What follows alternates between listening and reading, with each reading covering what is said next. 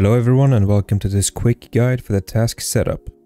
I've been seeing people online complain that they struggle with this task and they can't progress with it, so I thought I would help out a bit.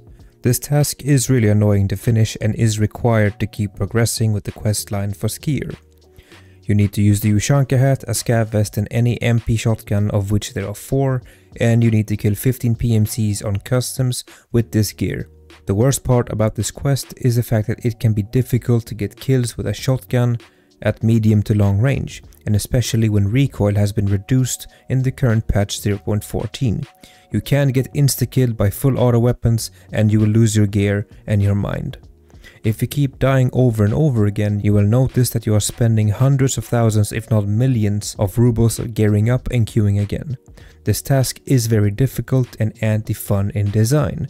However, I managed to complete this task in about 2 sessions, using different techniques, and today I'm going to share them with you. This task can be very expensive and rage-filled, but if you follow these tips, you should be able to complete it very fast without spending lots of money every raid. There are 4 chapters to this guide, and there are timestamps in the comments below. First of all, we need our gear, and we need it not to be way too expensive. The amount of people buying scav vests on the flea market for 30 to 40k is mind-boggling. There is a bar for a scav vest on Jaeger for a Slicker's bar.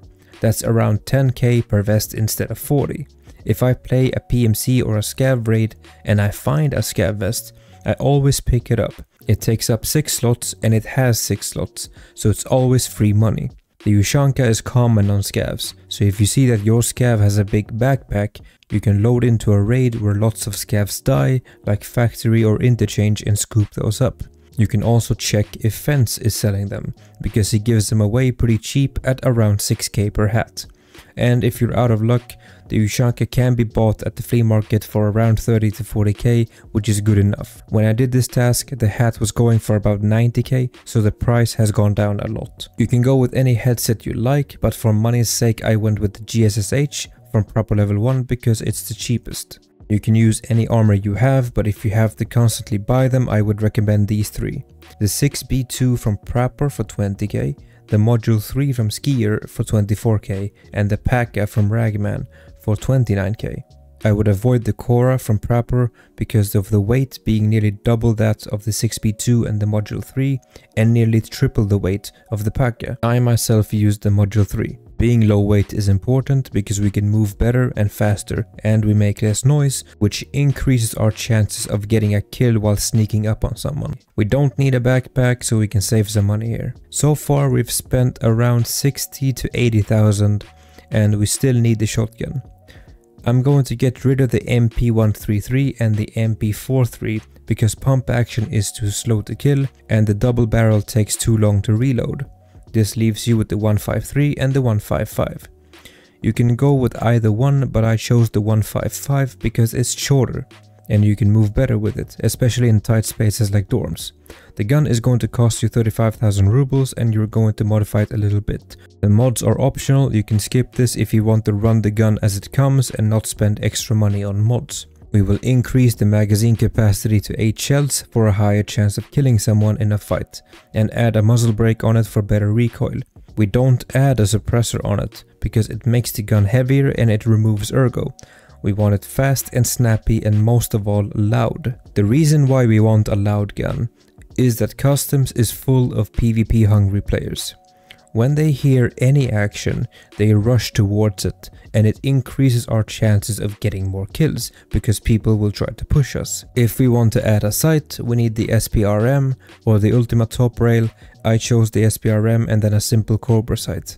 The mods should add another 30k to the cost if you get them from traders, maybe a bit higher if you have to use the flea market. Now we have the shotgun and we can take a look at the ammo. The ammo is quite simple.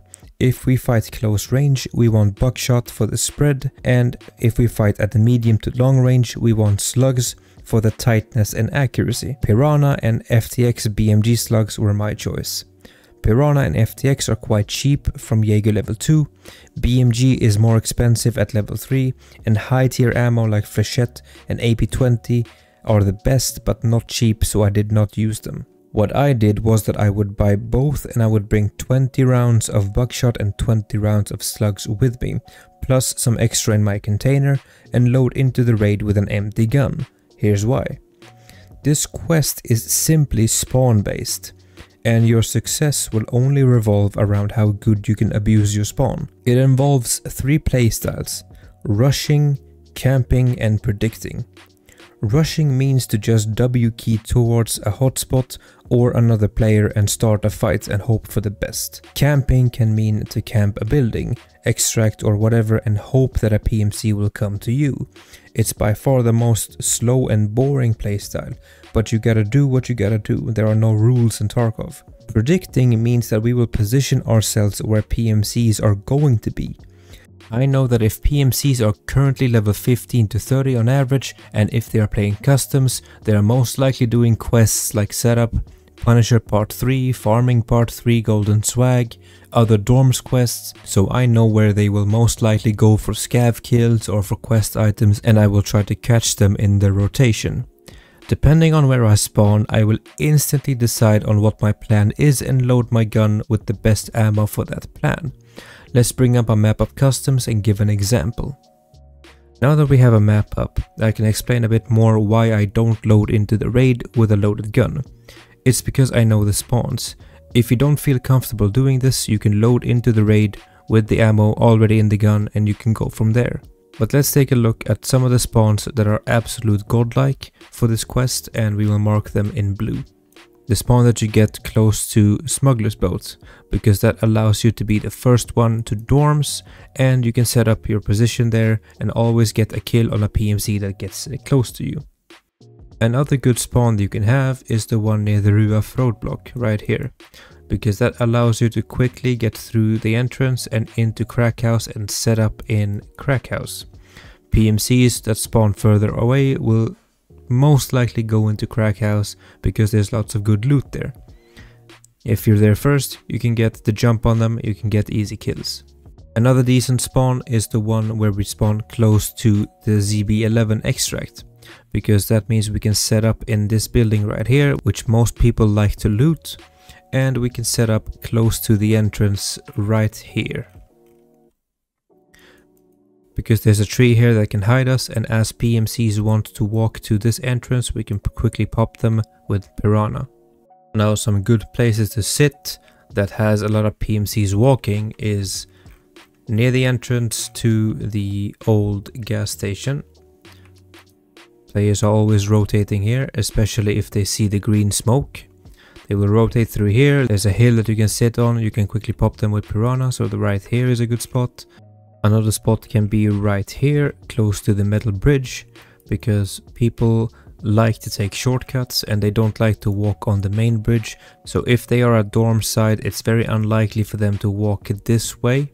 They will always take the shortest road, and that way you can get easy kills, especially if you're hiding well in the trees.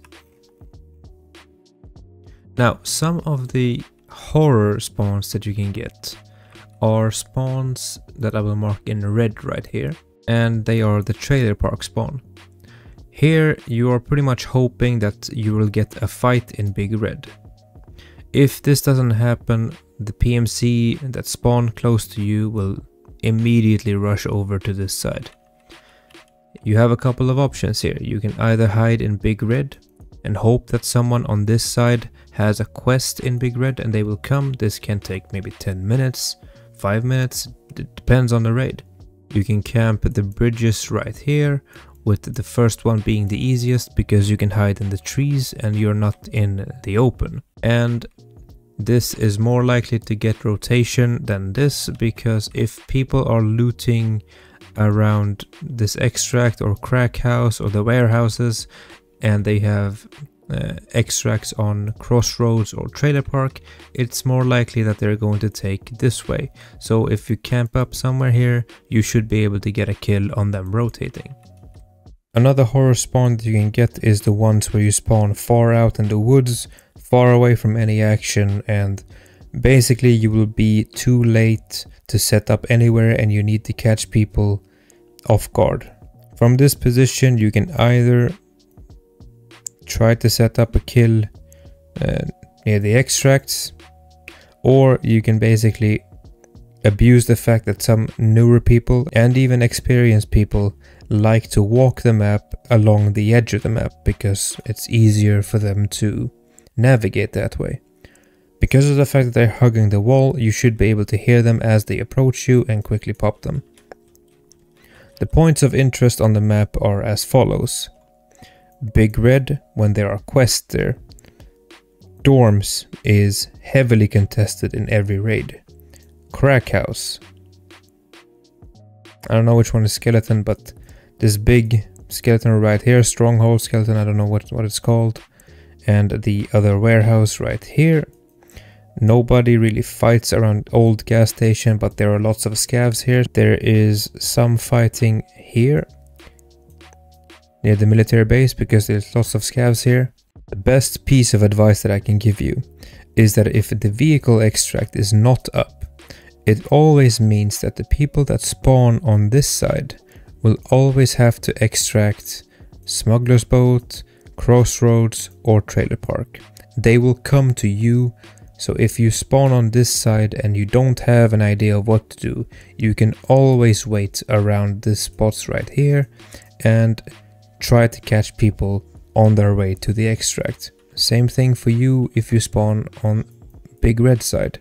You will only basically have the option of old gas station if it's up, ZB13 if you have the factory key and know how to turn on power, ZB12 if it's up, or ZB11 that is always up but it's the furthest one away. So ideally you would want to have a spawn on this side of the map because extracting is way easier. You're going to die a lot, accept it. This quest is very annoying to deal with. It is that way by design. Some raids you will die and you will get nothing done, and some raids you might get 3 kills in one go and be a fifth of the way done with this bullshit task. You should honestly be happy that this quest was moved by BSG from around level 38-40 to around level 15 and up. Before you had to complete this task when everyone was running around with level 5 and level 6 armor and meta gear. That was a nightmare. At least now it's doable, it just takes a bit more time. It is possible, don't give up, just keep going at it. Let me know what you think of this guide, as I am looking to make more Tarkov content. I already do League of Legends content on another channel, but Tarkov has always been a game that I enjoy very much and I have a lot of knowledge about that I want to share with you guys. So like and subscribe if you're interested in that, and I will see you all in the next one. Goodbye.